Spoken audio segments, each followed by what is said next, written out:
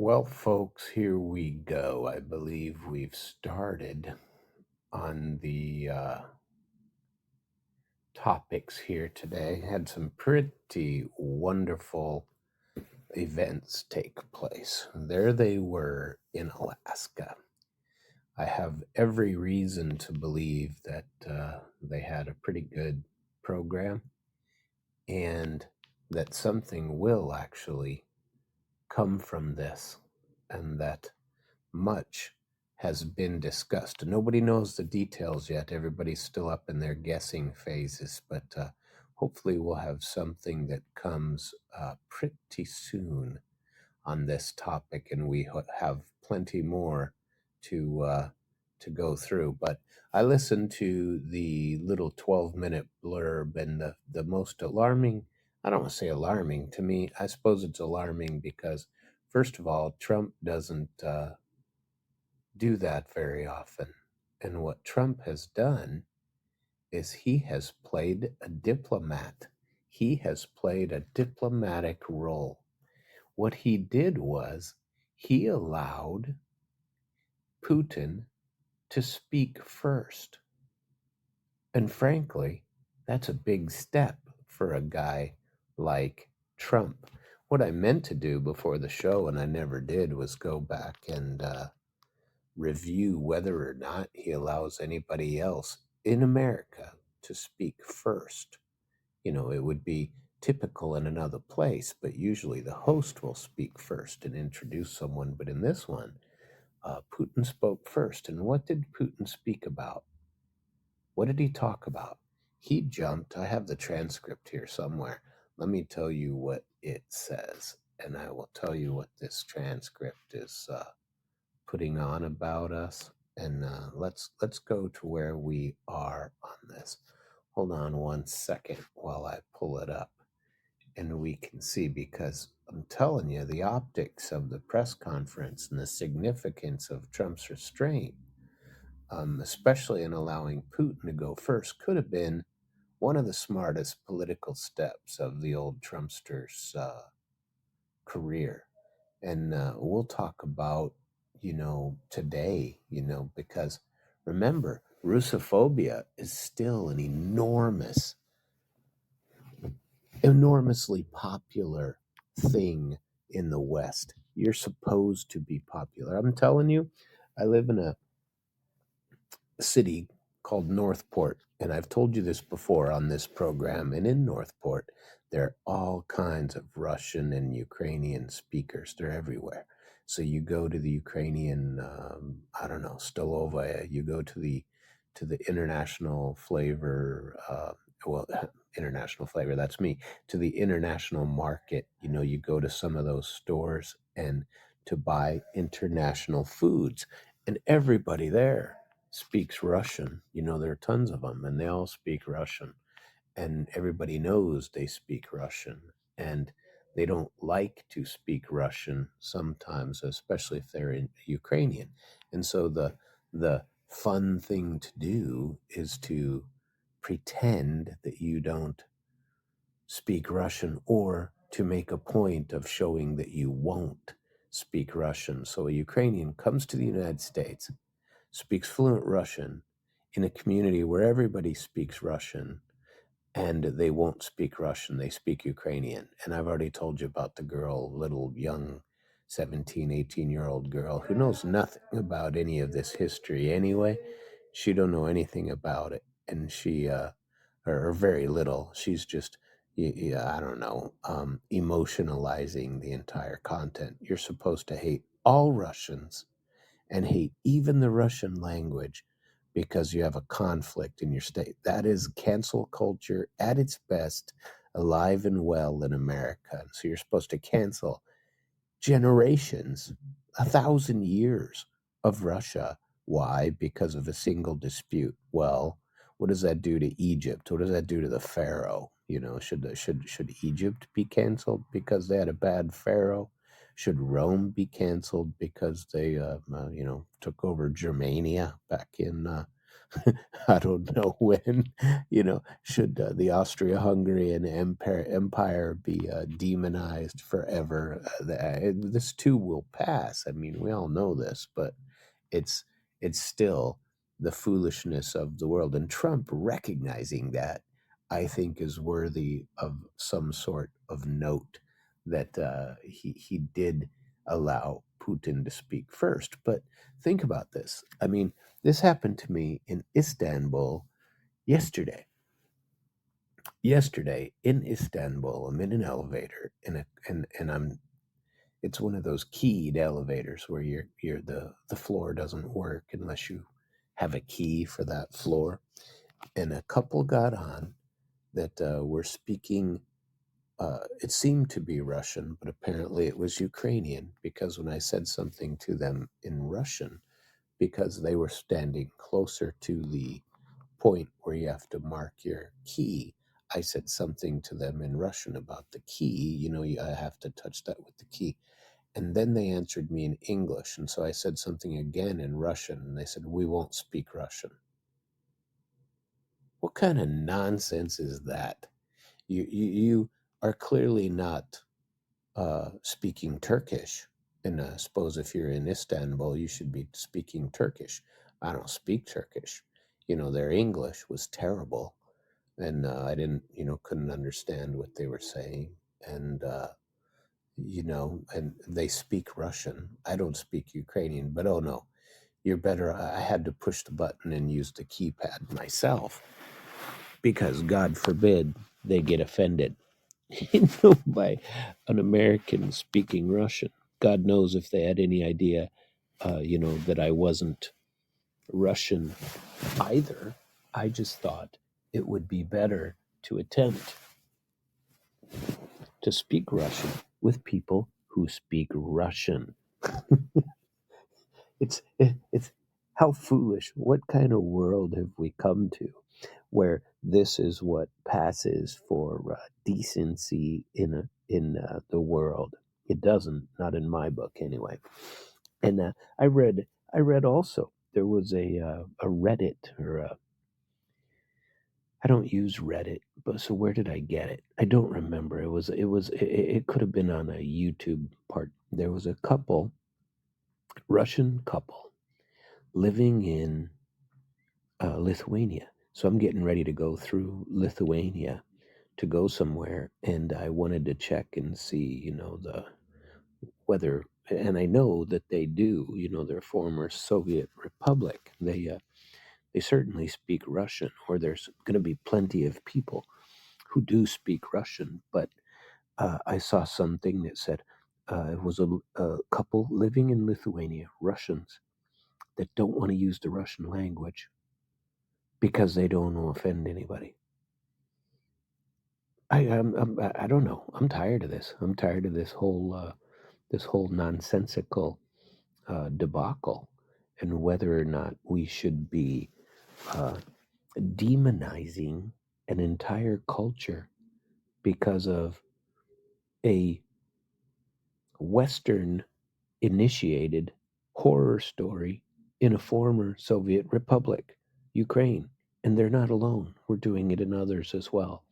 This is continuing. I'm not saying Russia uh, is absolutely and completely right here, but I'm saying they had a good point. They certainly had reason to be offended. And so it's uh, it's unfortunate that we are where we are. But the fact is, we are where we are, and we're going to have to extricate ourselves from it somehow. Don't you believe that would be nice to do at some point? And I think that Trump may have done something quite smart in allowing that to be the case, in allowing Putin to speak first. And do you notice what Putin did when he started? Where is my transcript? Because I have a transcript of this somewhere, and I wanted to read you or go through what he said, because it's also important what he said. Because he said first, I would like to thank once again my American counterpart for the proposal to travel here to Alaska. It only makes sense that we meet here because our countries, though separated by oceans, are very close neighbors. So people talk about the romanticism of the Russians, and that's absolutely true. When Scott Ritter and I did our interview, a couple of weeks ago, he talked about that. He talked about his surprise back in college days that he, wanted to meet the soul that they talked about with Dostoevsky. And I'm telling you that Russians have a very romantic streak. This was a big deal for Putin, and I think that we as Americans, we're always fast food, we're always fast everything, fast bucks, fast food, fast politics, and fast living, and nobody takes the time to smell everything or think about how big a deal is. But think of how big the deal is when no Russian president has ever stepped foot in Alaska. And here we are. So take Putin's point from that. So he says, so when we've met, when I came out of the plane and I said, good afternoon, my dear neighbor, he thought about that before he said it. Okay. He thought about it being first here, just so you know. And he said, it's very good to see you in good health and to see you alive. That's the fact that people have been trying to kill it. He wanted to mention that, he's positive about that. I think it's very neighborly, and I think that some kind of words that we can have to say to each other, meaning we don't have to be enemies. Here we are together. We're separated by the Strait of Bering, though there are only two islands basically between the Russian island and the US island. We're only 4 kilometers apart. We're very close neighbors, and it's a fact. It's also important that Alaska has to do with our common heritage, common history, and many positive events have to do with that territory. And about that trade deal, there's still a tremendous amount of cultural and heritage going back to Russian American in Alaska specifically. Talked about Lend-Leases during the World War II and how military aircraft exchanging um, aircraft themselves and supplies between the two countries through Alaska. They couldn't do it through Europe, of course. And so they had pilots that brought things very close. And so Putin is doing something important, right? And he is doing something that he believes to be necessary. He did the same thing when he talked to Tucker Carlson, where he was given the history lecture in the beginning. And maybe he did go a little too long. I don't know. But I think that Tucker Carlson didn't understand it. I think that uh, Trump allowing it to go on and not interrupting, I was thinking that at any minute he would interrupt and say something to kind of blow the moment. But it was an important moment that I'm glad he recognized it and allowed it to happen. And he said that it was known. He then pivoted and said, it's known there haven't been any summits between Russia and the US for 4 years, and that's a long time.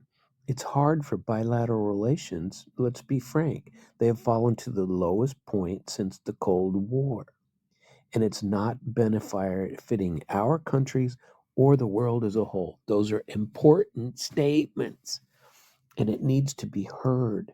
And when you hear it through a translator and it doesn't go the way you're or as quickly as you want it to go, it has to be perhaps beaten into your head a little so that you get it. And Putin goes on and says, in this case, a personal meeting between the two of us is long overdue, and it's been serious and painstaking work, and I hope that it is successful. And he talked about Witkoff coming and traveling to Russia several times and the advisors of their foreign ministries.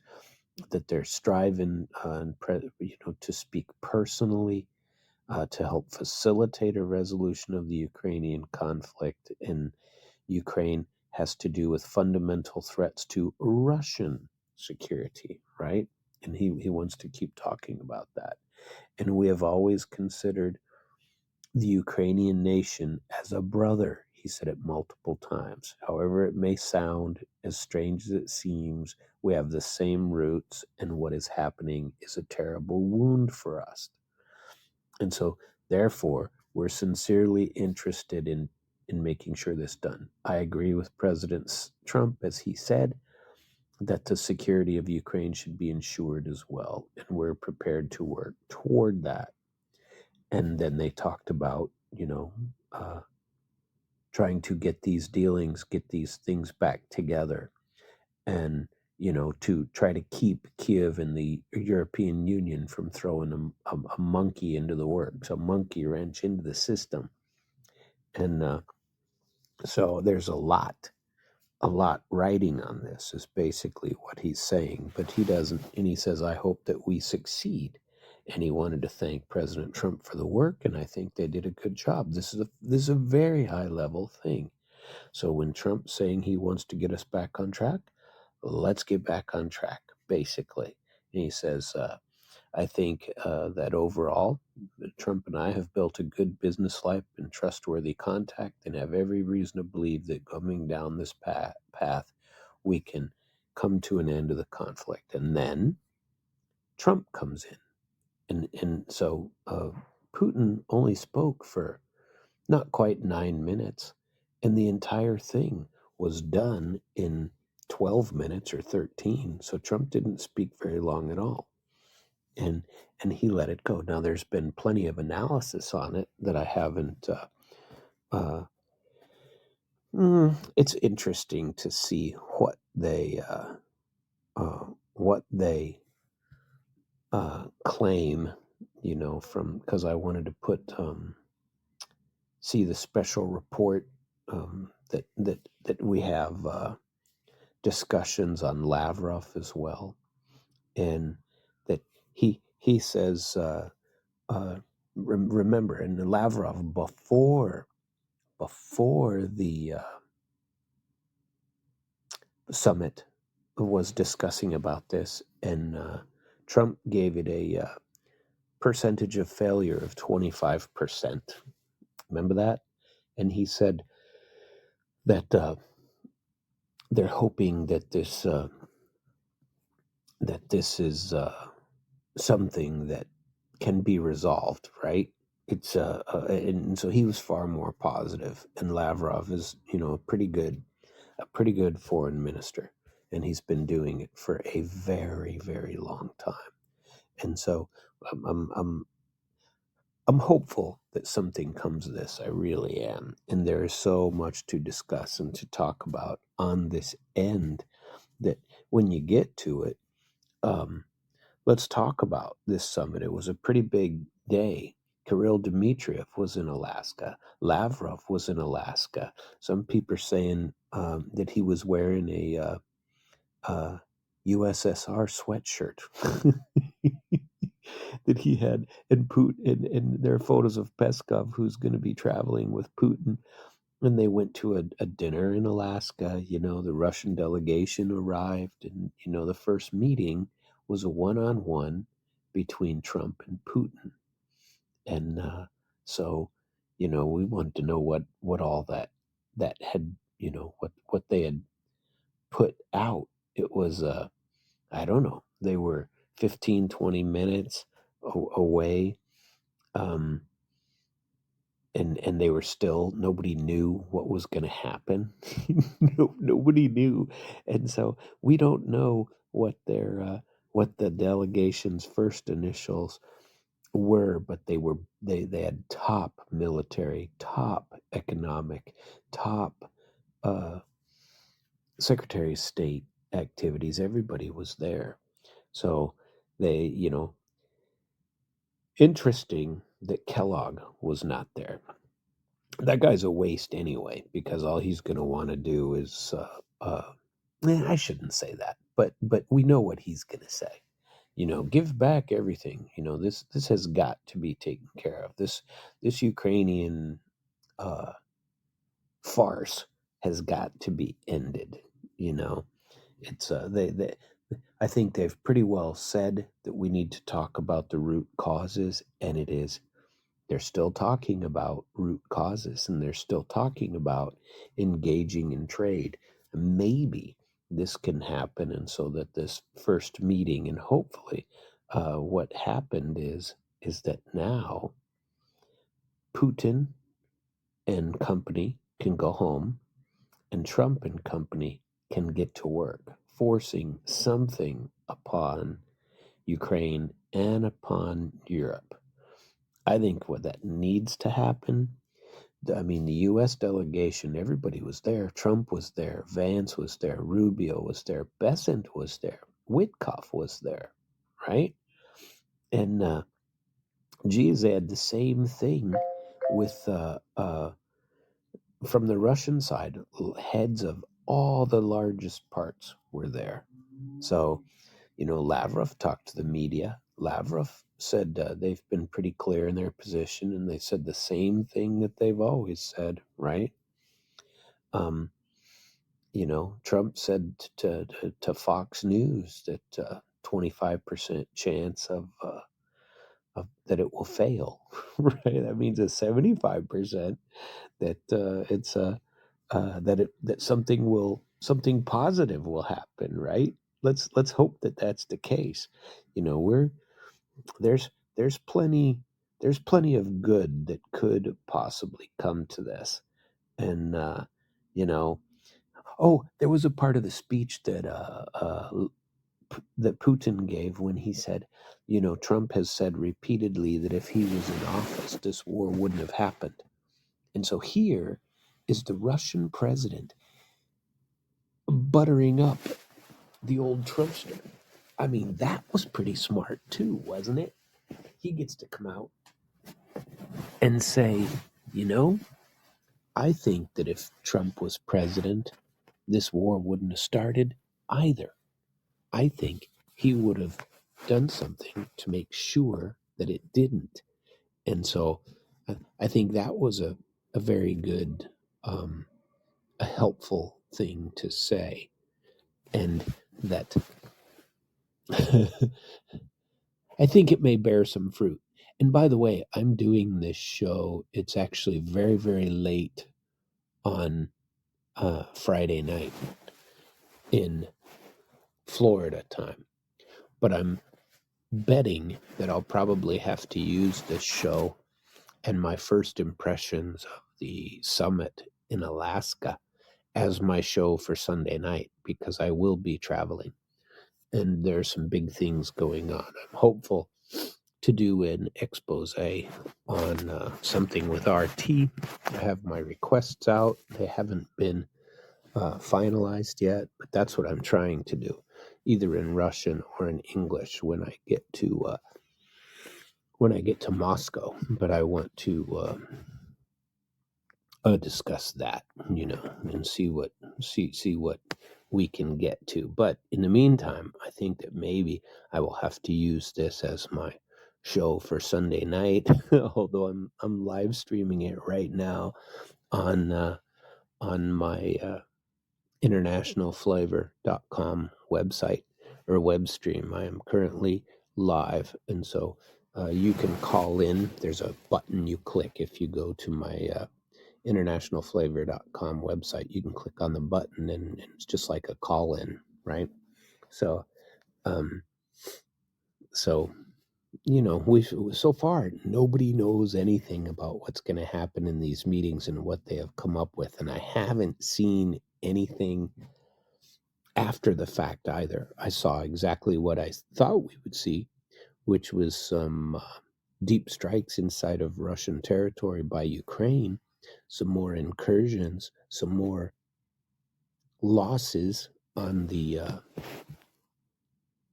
Ukrainian side all along the front line. I saw some discussions about Belarusia giving up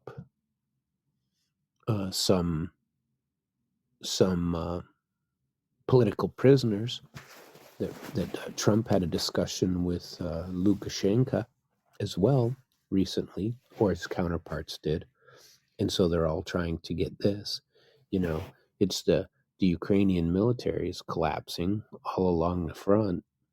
And, what are they going to try to do? They're all surrounding Pokrovsk with these Azov guards, like I told you about a couple of days ago, to try to prevent the regular armed forces of Ukraine from running away. The Russians are dropping leaflets telling people to surrender, and there's been some of that happen, right? And there are plenty of good things, and from good, let's talk about the war, ending this war. I think that needs to happen, and I think it is happening. And so, the war is going to be ended. And I think that there is so much going on that if the Russians continue to stand the way they have stood so far, and if Putin, Lavrov, and company keep playing the world stage the way they're playing, and if Trump keeps, and don't think that Trump's weak. That would be a mistake. Don't think that Trump is not attempting to end this war, because I think he is. But I also think they have the whole team listening, and if they took care of this finally and forced some kind of an agreement, I still say the only way the agreement's going to come about is if Trump cuts off military technology, military intelligence, military data coming from satellites in America, and quits providing weapons, quits providing money, quits providing ammunition, that this war will be over very quickly. It's already ending. Russia is winning. Okay. And so somebody needs to force Europe and Ukraine to understand that. If that means cutting off Ukraine, frankly, I think that saves more lives than the alternative, for sure. And so you could argue that, oh, gee, Ukraine's our ally. Are they? Are they our ally, or are they are pushing around? Hang on. I'll call you in an hour. An hour. I'm working.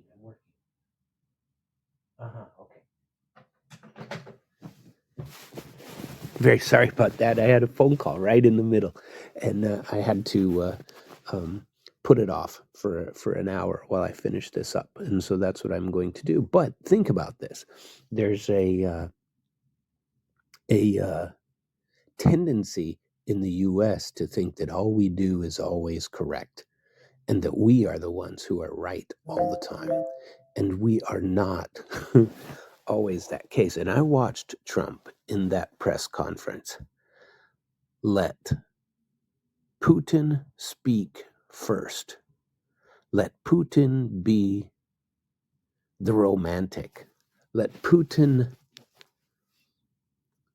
say what the parameters were of the meetings, and let it be a diplomatic victory for all of them, actually.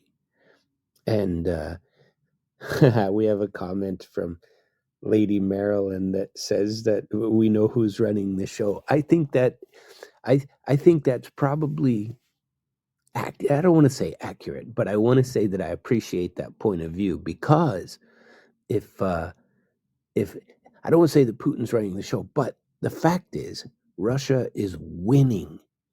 And so I think that Trump has finally had to come to terms with that the world is changing, that the only alternative to allowing Putin to have this diplomatic if you want to call it a victory, I think I don't know that it's a victory, because there are still things that could come about. But this is standing up for yourself, and I think the world is going to see it as this. But I also think that there's no other choice. What are they going to do?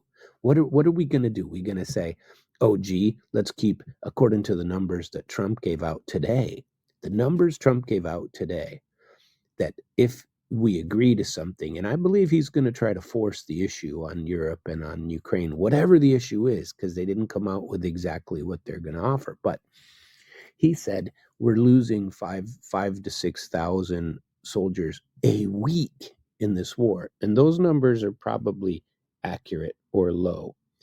And and we will see. It's going to be an interesting next move. And I'm not positive what that next move is, but we'll get news on it today.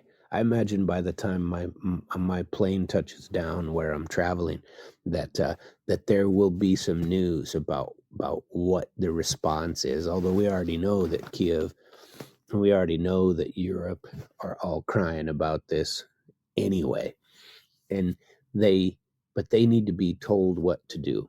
And so if Trump now tells them what is going to happen, I think it's actually going to turn out to be better for the world. That's what I think. And I think that is exactly what's going to happen. But I've been wrong before, and who knows? There's a lot of deep state BS that is still going on, and all of these deep staters want this world war to keep on going. Lindsey Graham wants his sanctions in place, and all of the military industrial complex wants to continue to fund Ukraine. And, but I think when the summit, not the summit, when the tariffs and the sanction amounts were seen to be as weak as they were in China, in India, and in Brazil, that but we're the adults, and they said, no, you know what, we're going to do what's best for our country, and what's best for our countries might not be what's best for the U.S., but this is where we're going. And if that means these tariffs have to take place, well, then that's what has to take place. But you saw what Trump did. Trump put off for 90 days, again, the China tariffs, because we need China more than China needs us. How do you like that? And I think that's mainly because of all of the debt that China is unloading. It's U.S. debt. And I think that at the very highest levels, our country is finally facing up to it. Now, don't take this to mean that I'm anti-America, that I'm anti-Trump, that I'm anti-anything, because I'm not. But it takes a big man to stand up and recognize that you're no longer the biggest dog in the planet. I had a partner who used to say, "Oh, well, it's kind of rude, so I don't think I'll share what he says." But basically, it's the difference between a young man's thinking and an aging man's thinking. When you're a young man thinking, um, you want to go out and conquer the world. When you're an old man thinking, you want to ease into your control of the world. You know what I mean? You don't need to conquer it. And so Trump 2.0 is quite a bit different than Trump 1.0. Trump 47 is a hell of a lot different than Trump 45, if I said that right. And so I like what went on, and I was pleasantly pleased when I saw the initial press conference. There's about 2 hours of questions that I want to watch, which if I do end up being able to do my show live on Sunday night, which I'm still hopeful to do, I will have them all read and reviewed by then. I am attempting to set up a because everybody knows on my show I do like to talk legal points as well. And I'm doing and I've already started with my interview of Scott Ritter on my freedom of speech um, shows. And I put one out the other night about the freedom of speech, which is basically adult, suggestive, and sexual content, and attempts to limit that in the United States and abroad. And I don't really care about it. It's part of the equation. And so I made sure to point that out. Well, everybody knows that I always go after what the Department of Justice did to RT, Russia Today, the channel, the U.S. Or I'm sorry, the English-speaking channel from Russia that puts out its point of view. And a lot of people say Scott Ritter was one of them. He said, we put out this opposing point of view, and he goes, "Oh yeah, we call it the truth." And it happens to be the same as what they publish on RT. And I happen to agree with that point of view. And so I'm doing a survey on that. And so I have dug into the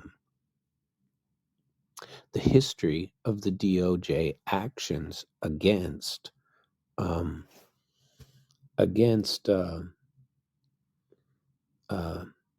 RT and some of their journalists.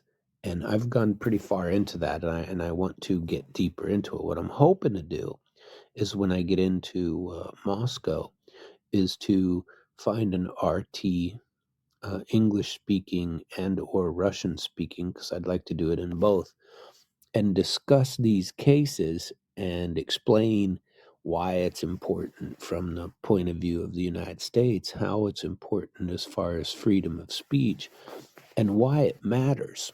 And because remember, from Scott Ritter's own testimony on my interview with him a couple of weeks ago, he believes it was part of the same deal. He was being targeted as being part of RT. And RT is nothing but another news channel. And, we're going to target these news channels. Why? It's, are we really afraid of freedom of speech in America? Is the government really afraid of other people saying something? When we were kids, it was always, what was that one? Little kids would run around the street. You'd call somebody a name, and somebody would go, "Sticks and stones may break my bones, but words will never hurt me." Kids know it. How do we not know it? Why are we taking such great lengths? I talked about, and I'd love to interview this girl. If I could find her, I would. But it would have to be in Russian, because her name is Panchenka, and I haven't looked, but her channel was deleted from YouTube, and I wanted to see if she was back on YouTube. Maybe I'll look right now and see if she is back. I will do a quick look for Panchenko. She doesn't even come up anymore when you're searching. She doesn't even come up. And there is Diane Panchenko. There was an interview with her 4 months ago with Glenn Dyson. And where is she? She's got nothing 4 months ago, but her channel is gone. Her channel is completely gone. It is finished. And she published. She's been very much against the war, very much against this Russophobia, very much against all of that. And her channel, she had 2 million subscribers, and she was deleted. Now, that's a YouTube channel.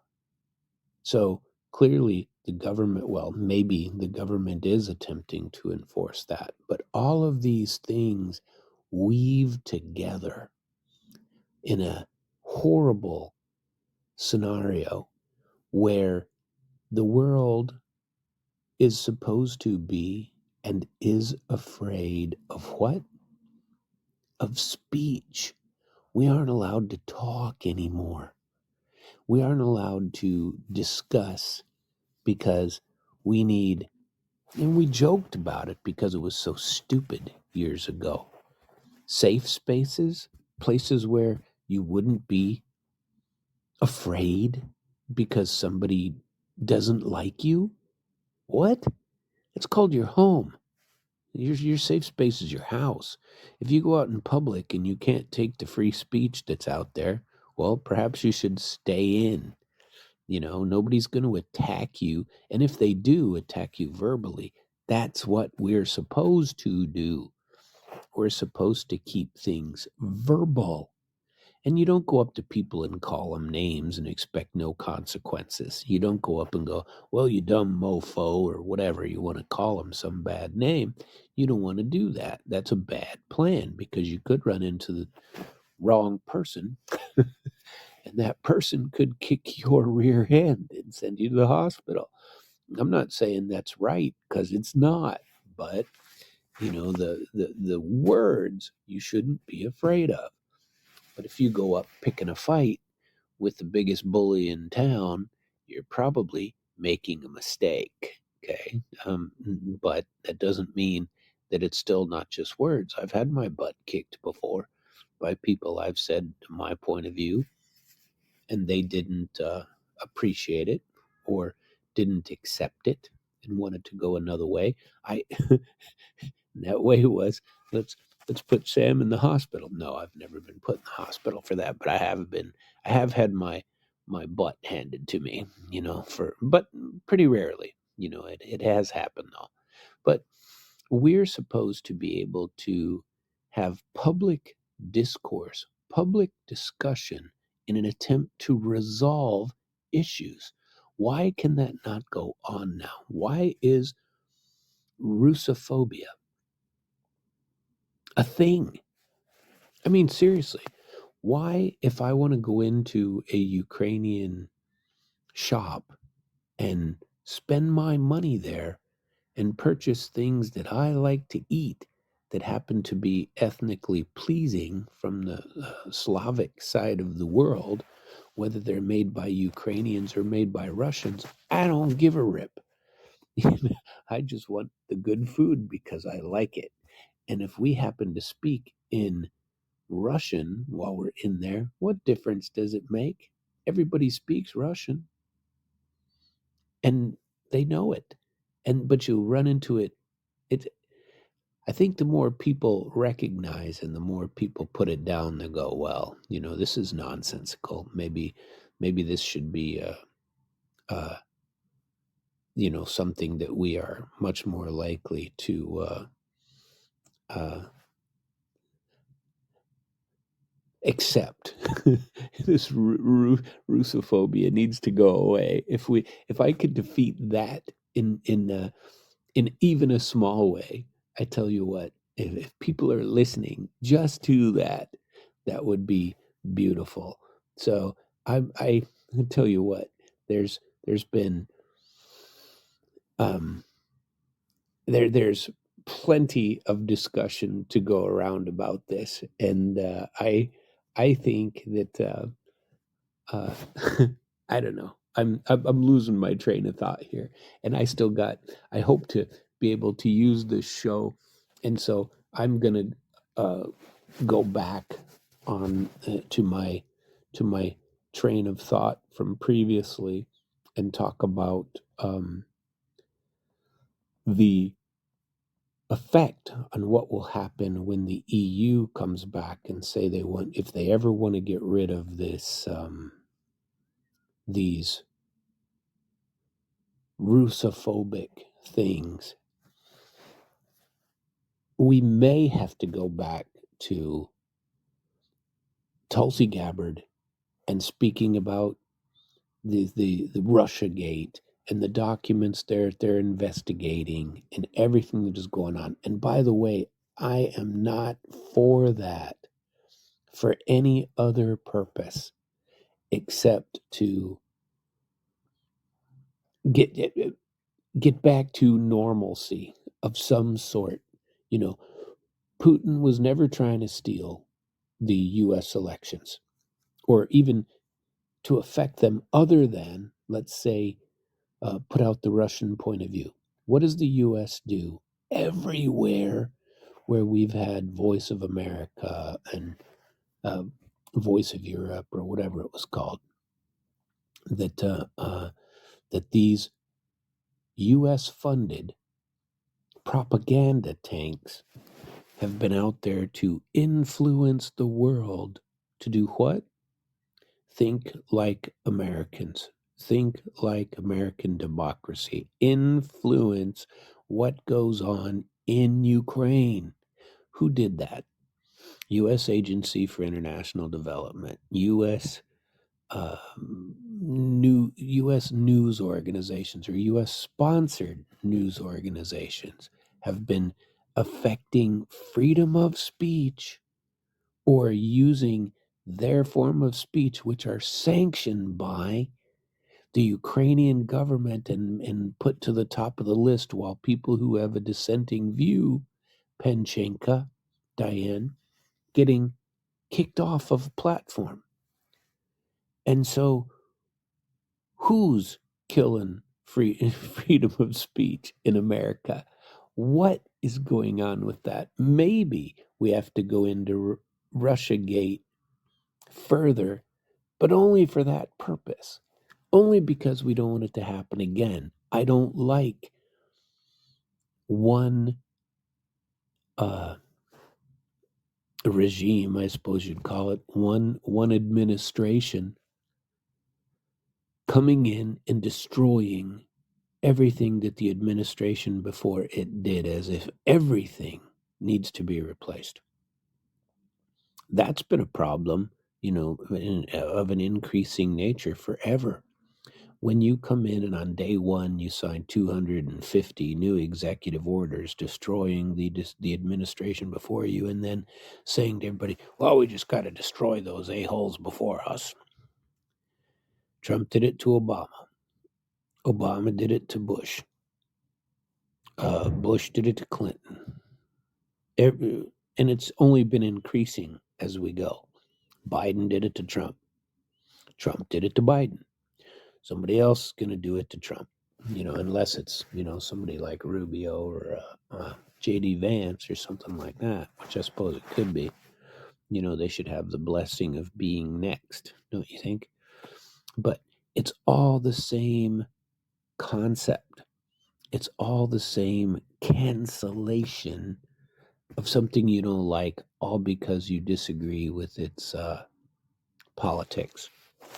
And it's the same thing as Russophobia. And this Russophobia has been turned into an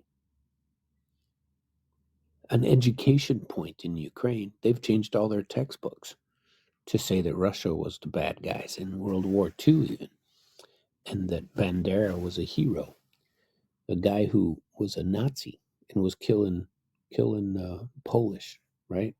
But they've turned him into some kind of a folk hero. And that's what we've done in America, is turn Russia into the bad guy. And you claim that, there's Russians attempting to take our elections by doing what? By using organizations like RT to change the narrative, to have other people listen. And so you're afraid of words. When you get right down to it, all you're really afraid of is the words. Where did the U.S. Department of Justice go? They attacked who? RT. They attacked RT journalists. They attacked Scott Ritter as part of the RT mob, all basically over this U.S. election meddling BS that never occurred. And so if they get into it, which I really don't like going back into this, but if it's a crime, fine. I suppose they can charge people with crimes and go to it, but it's more of the same destruction of the one before. the people before you. It's destruction of somebody based on having an opinion different than yours. And that's what Western globalism has been doing forever, is destroying any other voices worldwide that disagree with it. And now is the rest of the world coming along with that or not? Is Samuel Trapp right? Or are the people who say that globalism needs to continue because only the U.S. can give the world what it needs? I'm not sure the rest of the world agrees with that. That only the U.S. has the type of democracy that the world needs, right? So I don't know. I'm not sure you're going to stop the investigation now into this Russiagate. There's so many people clamoring for heads on this that it's probably going to happen. Tulsi Gabbard wants to keep on doing it. People have said that Trump is Putin's puppet. Do you think that those people are going to be quiet after they see what happened today at the press conference in Alaska, when Putin was allowed to speak first, when Putin spoke for 9 minutes and Trump spoke for 3? Are people going to use that to show that Trump is Putin's puppet still? I think it's nonsense, but it wouldn't surprise me. You know, there are people that are gonna talk about this. I don't know. I truly hope that this ends the war. Let's get to some of the content that I did want to get as far as what Ukraine is doing to continue in the war, because it was only 1 hour ago where Zelensky was told by President Trump that you need to make a deal, right? Trump, he said this following 3-hour talks in Anchorage. In an interview on Friday,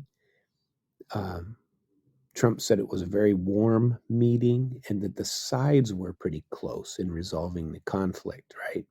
And he stressed that Kyiv should get on board with the push for peace for it to have any chance of success. When he was asked what advice he should give Zelensky, he said he needs to make a deal and that Putin wants to see that it gets done. He said it's really up to Zelensky to get it done. And I would also say European nations, because they have to get involved a bit in order to get this done. And somebody else is saying, and I intended to get to this article too, that Tara Reid said that if Zelensky gets out of the way, peace actually has a chance. I've been saying that for a little while too. Trump said he was willing to mediate between Putin and Zelensky if they like, and that he would be at the next meeting. Not that I want to be there, he said, but I want to make sure that this gets done. And we have a pretty good chance of getting it done. So both Putin and Trump said that the meetings were productive and useful, but they didn't finalize any sort of agreement. But Putin didn't rule out meeting with Zelensky, but he says it has to be significant progress on settling the conflict before they do. They also voiced concern about him able to sign agreements like he always does, you know.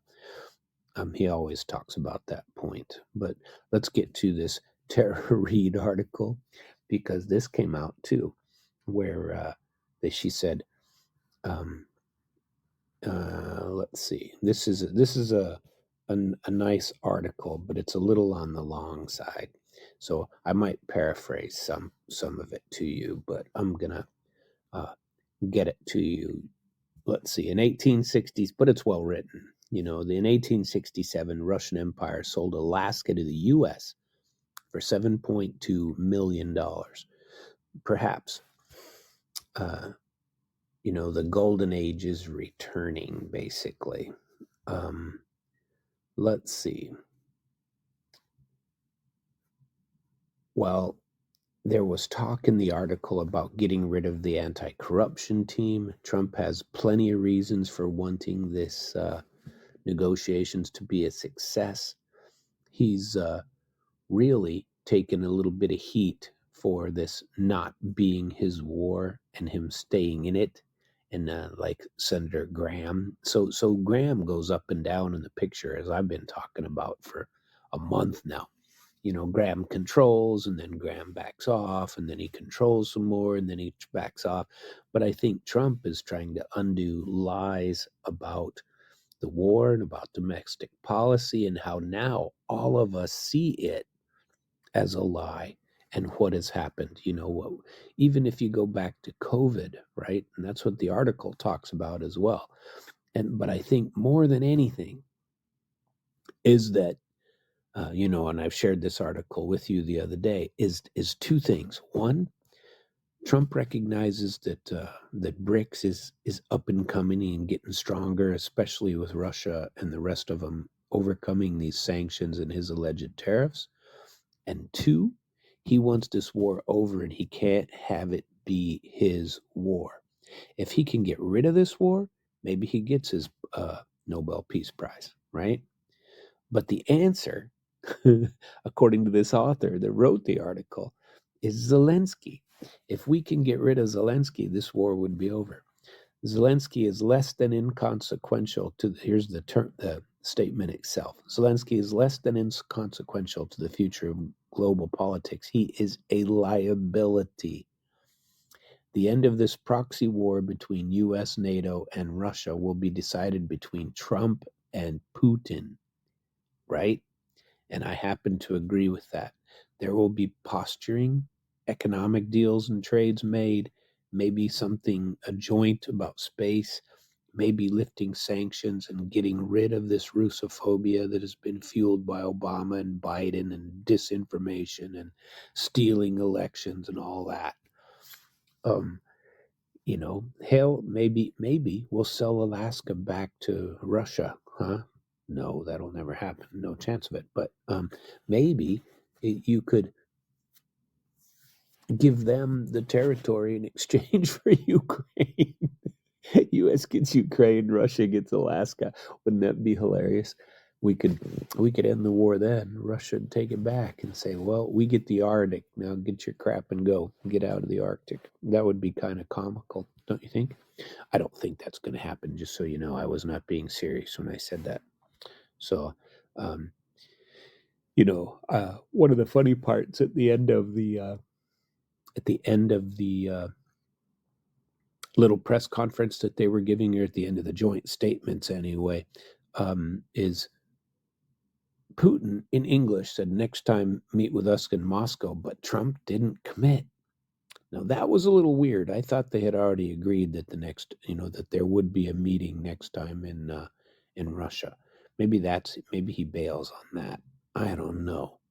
So the Russian president, he did switch to English when he said it, like I told you that. He doesn't speak English very often, but he did here. Speaking at the press conference, Trump called the meeting extremely productive, and he said, "We didn't get there, but we have a good chance of getting there," implying that no deal had been reached yet, but something will be there. Today's agreements will help us restart pragmatic relationships. And President Putin then at the end said, "Next time in Moscow." And Trump said, "That's an interesting one. I'll get a little heat for that one, but I can see it possibly happening." I thought it was happening, that there was already on there. Putin thanked Trump for what he called a friendly tone and results-oriented approach. Blah, blah, blah. We already heard all that stuff. So I don't know. We shall see. They had that hour-long, 45-minute long interview that he did also with Fox News. There's news that they shared a presidential limo ride in Alaska. Both presidents were in the same limousine. Now that's a big deal. And, Trump greeted Putin on a red carpet in Alaska. Meanwhile, Ukraine was hitting more residential districts ahead of the summit. And they even talked about a woman getting killed in a Ukrainian drone strike. And there's another article that what I thought was pretty comical as well, called "The EU Throws an Epic Tantrum as Trump Meets with Putin." And this one it's pretty long, but I might get through most of it. It's about Brussels and Ursula von der Leyen. And this one's put on by Rachel Marsden, who I like reading about. She's at rachelmarsden.com, and she has good articles that she writes a lot of opinion. It says the European Union has been wailing about transatlantic unity. They need unity with Trump and America, right? As they kiss his rear end, and give him everything that he asks for tariff-wise. Like the only idiots to give in to it have been them. Everybody else is fighting it, but Ursula von der Leyen hands over the keys to the vault, right? But anyway, it's pretty funny when she was crying about unity. And this is back to the article. It sounded like a toddler stomping their feet because daddy let go of their hand in the mall and now they're lost. A lot of good their rhetoric has done them so far. If it wasn't for Brussels getting drunk on its own transatlantic solidarity and unity propaganda, maybe it wouldn't currently be in economic and political dire straits, the kind where you're trying to duct tape your economy back together with overpriced American gas. They could have charted a different path vis-a-vis Russia, one that involves spearheading diplomacy rather than marching in lockstep behind the US-led NATO parade of weapons and fighters on Russia's border with Ukraine, which helped supercharge the conflict in the first place. They could have insisted on keeping their cheap Russian energy instead of sanctioning their own imports, like they're vying for the Nobel Prize in masochism. Now, the U.S. is daring them to even close their clever little loophole in their own anti-Russian sanctions, the one that let them moralize about helping Ukraine and the need to avoid negotiating with Russia while guzzling Russian fuel on the down low. That was through the China and India variants. So they let India and China take this oil from Russia, refine it, and sell it to them. And then they bitched about India and China doing business with Russia in exactly the manner that they put out. Nonsense. But that's what they're talking about here. Now, let's see. Treasury Secretary Bessent told them to put up or shut up and either sanction the Indian and Chinese importers of Russian petroleum through which they still buy their own oil, because they're not. So while the EU indulged itself in rhetorical games, Trump has dropped all pretext of serving any interest but America's. And he's not following any agenda beyond trying to wrap things up in Russia and Ukraine and to score some economic wins in the process. Brussels has had more than 3 years to do the same. Instead, it keeps repeating the mantra that Kiev has to win on the battlefield. Nonsense, number one. And number two, there are no other options, is what they said. Whoops, now another option has materialized. The Europeans are running behind Trump, pleading with him to indulge them by letting Ukraine's Zelensky decide where the post-conflict borders will be. What did they think the downside of the win by force gambit would be, if not changed borders? The EU insists on Ukraine fighting Russia with EU cash and weapons, and when Kiev loses, they say, well, this sucks. How about we pretend nothing happens and we dial all the territorial gains and losses back to a point that we choose, just like Zelensky's been trying to do for years with his peace plans, his victory plans. Remember, the EU insists on waiting for someone else to take the initiative for peace. Now all it can do is pick up its own pom-poms and cheer Trump on, and then hope it rewards the EU. As Zelensky's self-appointed babysitters, instead of spending the past week in the run-up to the Alaska summit insisting that Putin and Trump allow a high chair booster seat and a pack of crayons for them at the negotiating table to show them where he wants the borders, maybe the Europeans should have been calming him down and managing his expectations.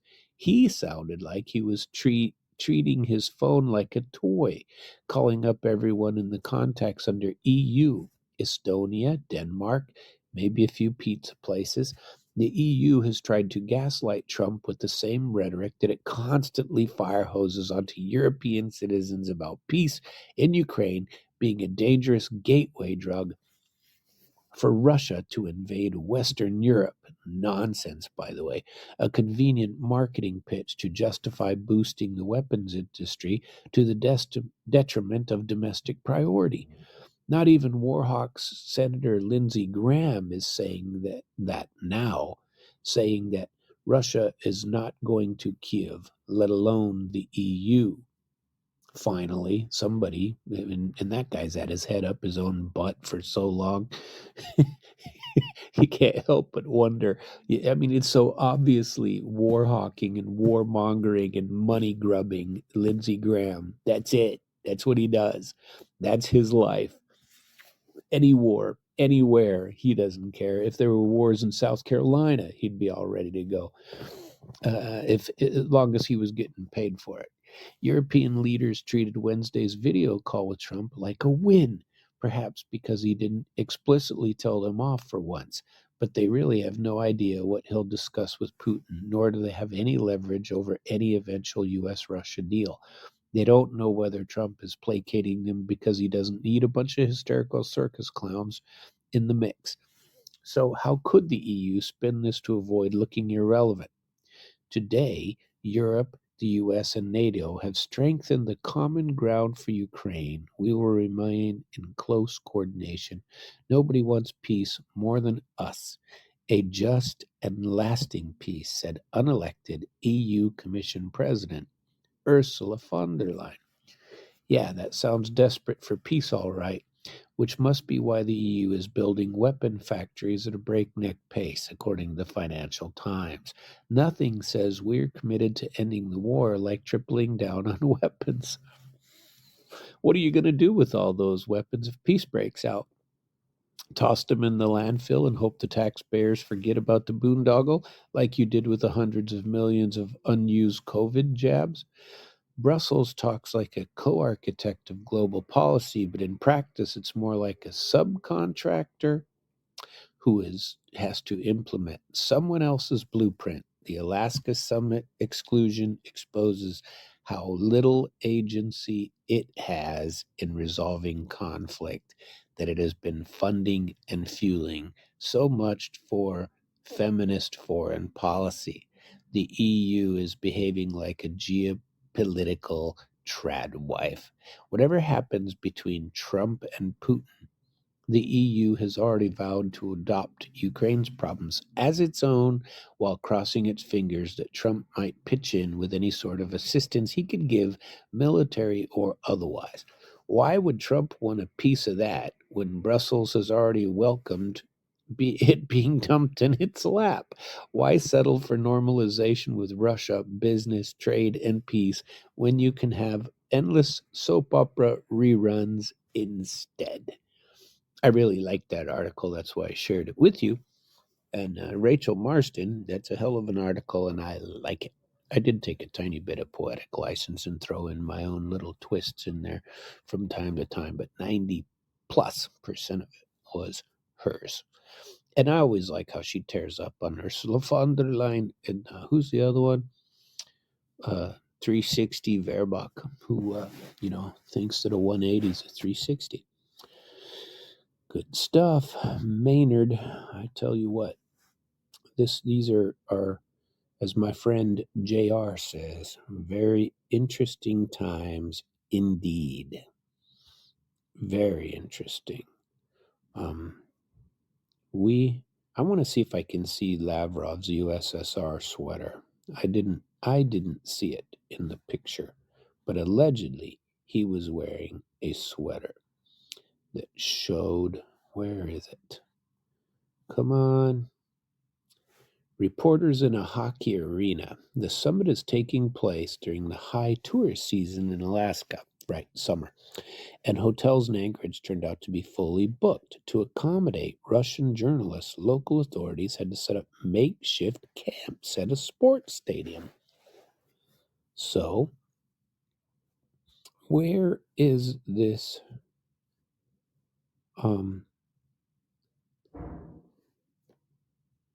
here it is. Sergei Lavrov's fashion choice sparked media buzz as he arrived in Anchorage wearing a sweater that emblazoned with CCCP, USSR. Lavrov stated that Moscow was going into the summit with a clear position. Let's see if I can see it. I want to watch this on X, and if you hear it, you hear it. If not, you don't, but I want to hear it. I'll see if I see it. Сергей Викторович, а вы первый раз на Аляске? Oh, Извините, скажите, пожалуйста. Первый? Вам нравится? yeah, he had a CCCP sweatshirt on underneath his jacket. It was only an 11-second clip, but it sure did look like a CCCP emblazoned sweatshirt. That's what it appeared to be to me. I like it a lot. That's where it was, and so more power to him. That was pretty cool. That he would wear something like that. But maybe it was a hockey jersey because remember they did beat wasn't it 72 Olympics where they beat us in hockey? I can't remember. But anyway, they arrived and got some pretty good treatment while they were there. What else is going on in international news do we have that's something entertaining and enlightening that we can get to that isn't so serious? There's a trial going on for that archbishop in Armenia, running up to, did anybody go through the history of Alaska and the dramatic history of the ocean ice, the empire, the rise and fall of Russian Alaska? It's a very dramatic history, and it's this legacy still mattered to Putin at least. So let's go into why that is, because I meant to share this with you too beforehand, but I never got a chance. Choosing Alaska as the meeting place for the presidents of Russia and the U.S. might look a little bit unconventional, but it was deeply symbolic and an intentional choice, of course. And you heard Putin talk about it in the final. It was very romantic for them and a very big deal. Alaska is more than just a remote U.S. state. It was Russia's frontier, its only significant overseas possession, and it was considered a mythical land, the story of Russian America, similar to those other Russian frontiers, was full of drama and adventure. Pushing past Siberia, Russia's road to Alaska. In the early 18th century, Russians had explored most of Siberia and came up against a natural barrier. For over a century, explorers journeyed eastward in search of fur, walrus ivory, and other treasures that Siberia offered. In the southeast, they encountered the vast and largely unknown expanse of China, leading to various confrontations before the borders with the Asian power were established. Further north, they navigated the picturesque, majestic, yet seemingly impractical Kamchatka Peninsula. Beyond lay only the immense Pacific Ocean, and those who reached its waters felt like they were standing on the edge of the world. Further north, in some of the harshest terrain where survival was a challenge even by Siberian standards, lay the Chukotka Peninsula, home to the fierce and untamed Chukchi people. This was the furthest corner of Russia, a wild and hostile area fraught with danger.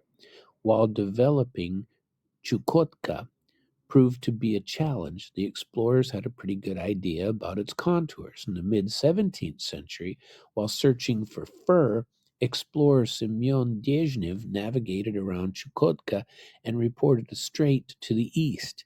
It didn't take long to discover the new lands beyond that strait.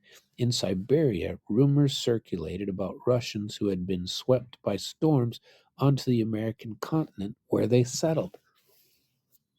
Captured Chukchi told tales about the unknown land, and over time, the conflict with the Chukchi ended and gave way to trade relationships, and the Chukchi became Russian subjects. However, there seemed to be no reason to arrange an expedition to Alaska. Crossing the ocean was too costly. Nevertheless, the Russians continued to explore the region. In mid-18th century, a massive research expedition encompassing Siberia, the Arctic Ocean, and eventually the waters of the Pacific was launched. The expedition was split into 7 teams, each with a specific task. In 1741, a group led by Captains Bering and Chirikov reached the American continent aboard 2 packed boats. They didn't find any Russian settlements, but confirmed this was indeed the American continent. Gradually, Russians learned more about the region and began harvesting marine animals, primarily various seals and sea otters, in the Pacific. Additionally, they discovered Arctic foxes in Alaska. All these factors made voyage to Alaska economically promising. The Russians established settlements along the shores of America, and several companies laid claim to the riches of Alaska. In the 1780s, they began constructing small forts along the Alaskan coastline. In 1784, an expedition led by Irkutsk merchant Grigory Shelikhov built a fort on Kodiak Island, and by the end of the century, developed it into a thriving fortress with residents and priests who baptized local Aleutians. At that time, there were barely over 500 Russian settlers.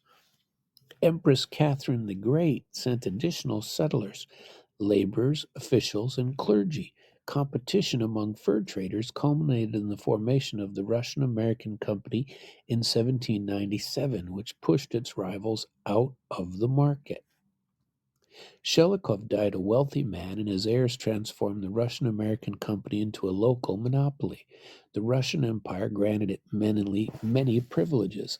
Life in Alaska was extreme even by Russian standards, but there were always people willing to come, usually to escape serfdom, taxes, and oppressive masters. One such settler shrugged off the hardship, saying, "There are no masters in America." The Russians established friendly relations with the Aleutians, the most numerous local group who eagerly adopted new tools, useful Russian household items, and customs, drawing closer to their Russian neighbors. In 1799, Shelikov's close associate, Alexander Baranov, established a fort in Sitka, Alaska. Here, Russians crossed paths with English traders and, more importantly, the Tlingit Indians. This fierce warrior tribe believed the Russians were encroaching on their land and hunting sea otters within their territory, which was true. Additionally, many Russians married Tlingit women, stoking resentment among the indigenous men. Unlike the British, the Russians also refused to sell firearms to the Tlingits.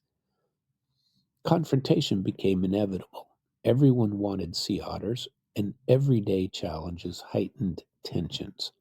Bloodshed followed. In 1802, the Tlinglits attacked, captured, and burned down the fort while most of the inhabitants were out hunting, killing nearly all its defenders and ambushing hunting parties in the area. A total of 24 Russians and 200 Aleutian Eskimos were killed. Baranov was furious but kept his composure. In 1804, he led an expedition back to Sitka with 150 Russians and 900 Eskimos, Aleuts, and allied Indians. They besieged the Tlingit wooden stronghold, bombarded it with cannons. The Tlinglits, fearing capture, killed their elders and children to prevent them from falling into Russian hands and fled. In 1805, fighting broke out again at the Yakutat fort. resulting in more casualties and brutal skirmishes. While these conflicts slowed Russian expansion, they did not stop. Fighting continued, and Baranov did not live to see the end of the fighting. Old and worn out, he retired and died on his way back to St. Petersburg. Nevertheless, Russians and Tlingits eventually found common ground and divided the land. In 1818, they signed a peace treaty. Much like with the Chukchi on the Eurasian continent, the Tlingits were ultimately subdued through trade. Tobacco, potatoes, and bread proved stronger than cannons.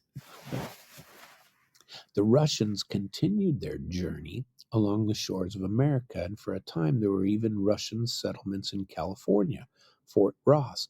The land for this little town was acquired from native tribes in exchange for 3 blankets, 3 pair of trousers, 2 axes, and 3 hoes.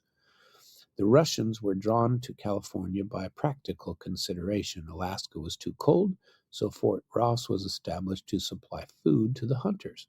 At Fort Ross, they raised livestock, planted orchards, and built small ships they sold to the Spanish.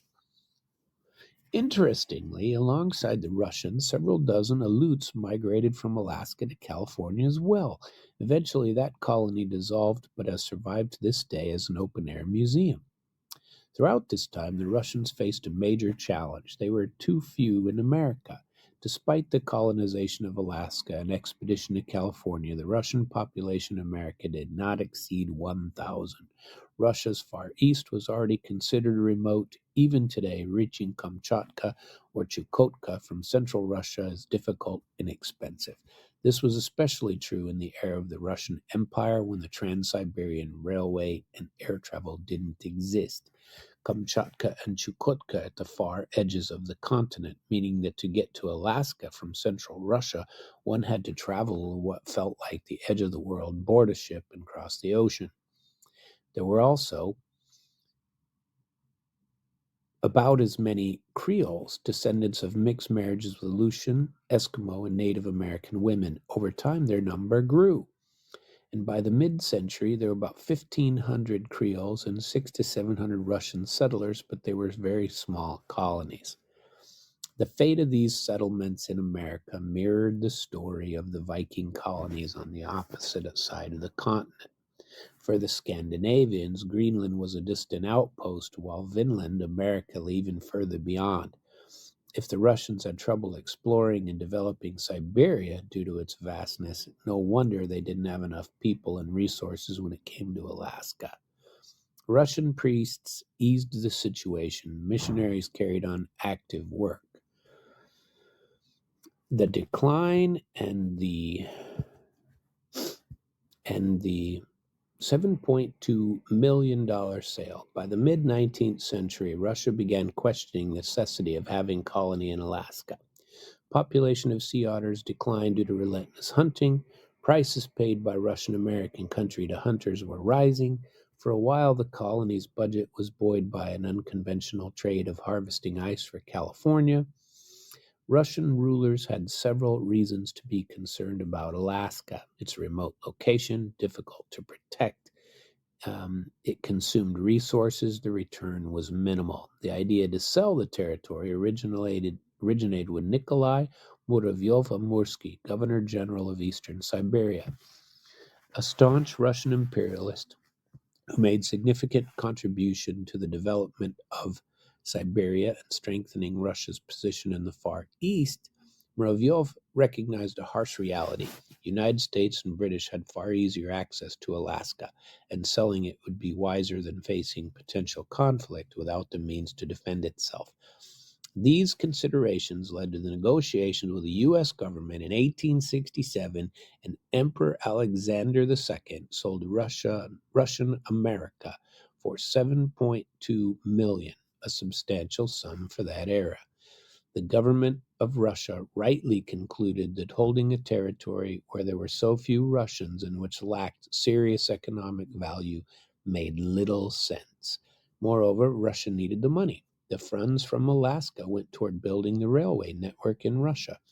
Today, many view the sale of Alaska with good-natured irony. The story has lingered in popular culture. In one song, Russia offers America Valinki, Russian felt boots, to help deal with the cold, while a famous Russian rock opera tells the romantic story of Nikolai Rezanov, a Russian diplomat and explorer who fell in love with Maria Capichon Aguela, the daughter of the Spanish governor of San Francisco.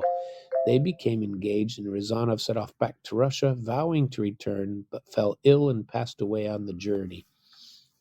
The rock opera Juno and Avos, based on this love story, has become a classic in Russia. As for Alaska, it remains the point where Russia, the U.S., and the indigenous people of that rugged and beautiful land once crossed paths.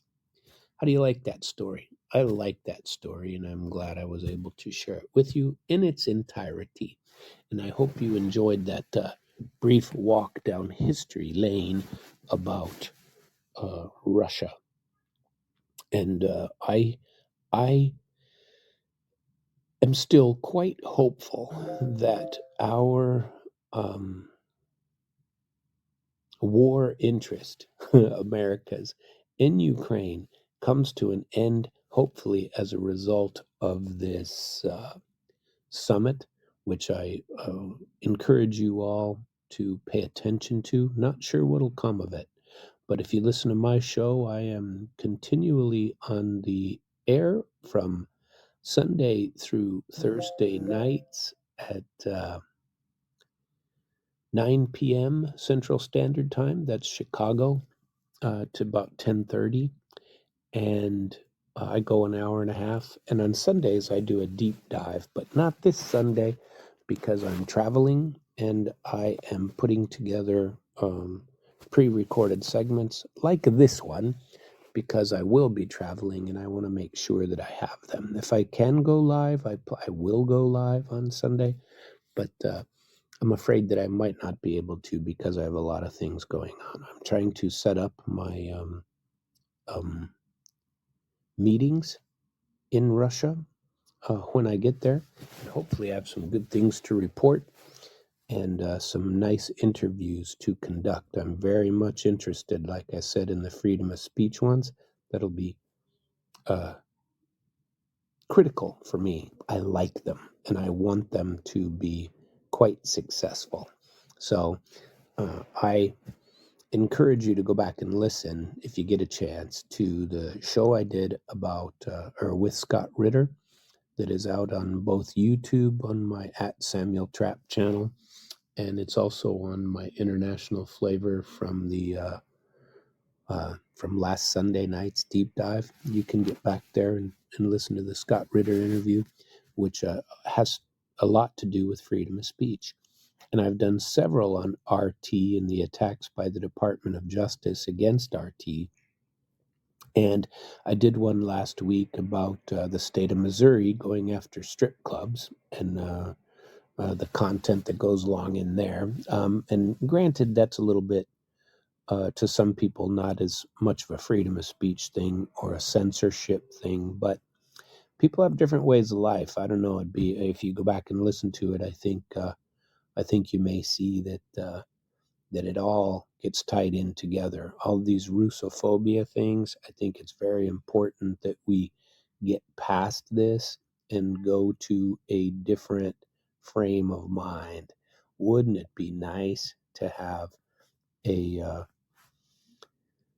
time when we all could just accept that there are different cultures, there are different ways of thinking, that American democracy isn't the same democracy as other places in the world, that other people can be proud of their countries and have a different way of leading, socialism. I don't care. There's a spectrum available to you and a different way of thinking. And I encourage everyone to accept what other people are saying, learn all that you can, listen to everything that you can. As far as us at Damn Radio, if you go to damnradio.com/live, you can listen to me on Sunday through Thursday night at 9 p.m. Central Standard Time. And other people if you follow the schedule. You go to damradio.com/schedule, and you can listen to that schedule. All of my shows are stored on internationalflavor.com. There's a great deal of them that you can go back and listen to, and I hope that you do. There's something for everybody out there when you can listen to them and hear some of the stuff that we talk about. I like history. I like politics.